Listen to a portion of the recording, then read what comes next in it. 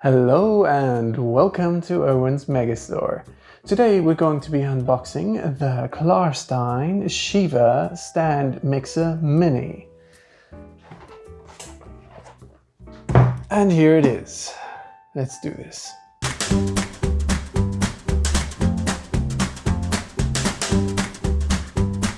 So here you have it, the Klarstein Shiva Stand Mixer Mini.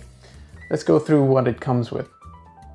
There's the jug itself, which is 800 milliliters, the machine, the two blender cups, one being 600 milliliters and the other is 300 milliliters.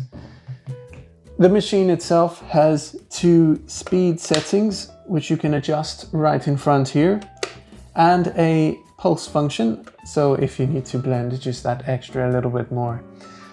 And just in terms of scale, I'm going to show you here my trusty banana. That's how big it is. You're probably going to need to cut a banana in half if you want to fit it in this blender. The other thing I should mention as well is all plastics used on this machine and the bottles itself is BPA free, so you don't have to worry about that at all. It also comes with a lovely little warning on the top of the lid. Caution, do not operate this machine without the cover in place, in case you forget to do that. Which, hey, it could happen. It could happen.